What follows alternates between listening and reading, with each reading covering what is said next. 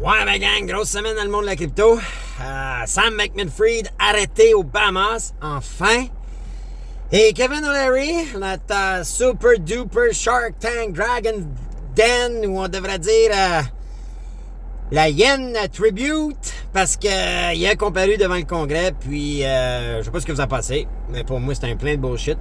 Il accuse Binance d'avoir créé la chute d'FTX, qu'on sait tous très bien que nos Sam Bankman-Fried et sa gang ont tout simplement dilapidé l'argent, ont dépensé, commandité, l'argent qui leur appartenait pas. Alors, ça a brossé cette semaine dans le monde de la crypto, alors je fais jouer la petite intro, puis on en reparle tout de suite après.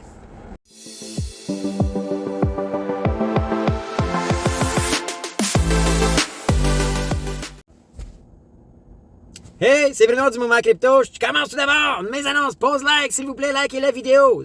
Tout de suite, là. Likez, ça vous coûte rien.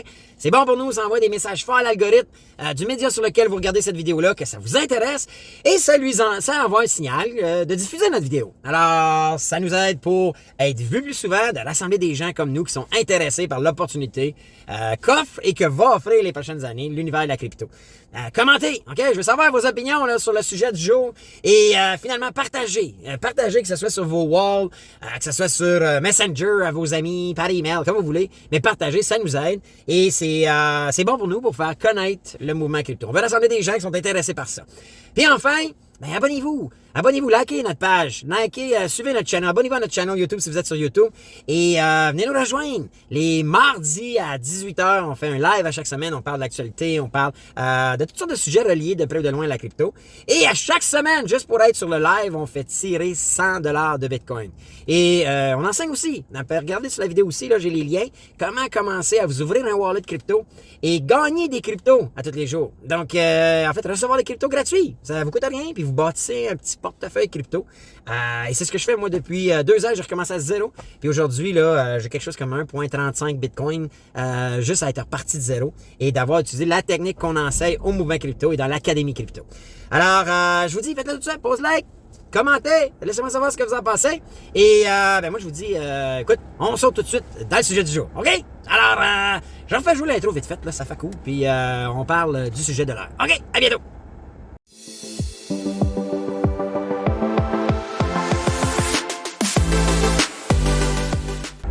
Hey, bonjour la gang, c'est Bruno du Mouvement Crypto, j'espère que vous allez bien. Encore en déplacement, que voulez-vous, c'est des semaines de même. Mais j'avais le goût de vous parler de l'actualité crypto cette semaine avec 2 grosses nouvelles. La première, Sam Bankman-Fried arrêté aux Bahamas, bonne nouvelle. Ce qu'on trouve drôle un petit peu, c'est qu'il a été arrêté la veille de sa comparution devant le Congrès américain. Alors, il y en a qui se disent, ben pourquoi? Hein? Puis pourquoi ça donne de même? Pourquoi qu'il ne laisse pas répondre aux questions des gens du Congrès, des sénateurs? Les gens se questionnent à ce sujet-là, mais ça donne qu'il a commandité bien fort les démocrates, lui, hein? Alors, c'est tout drôle, celle-là. Là. Et l'autre grosse nouvelle, OK? C'est naturellement Kevin O'Leary. Alors, super Kevin O'Leary qui a comparu, lui, devant le Congrès depuis 2 jours. En fait, avant-hier.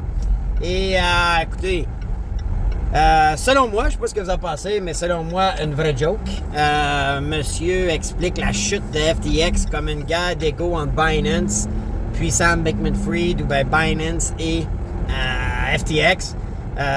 Moi, je dis bullshit à ça. Je suis pas d'accord par tout. Alors, parce que, écoute, la recette était simple. FTX collectait des fonds, sortait l'argent, la transférait dans leur compagnie sœur de placement ou d'investissement Alameda.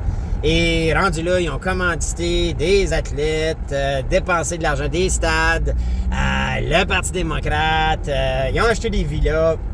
Il y a plein de bullshit là-dedans.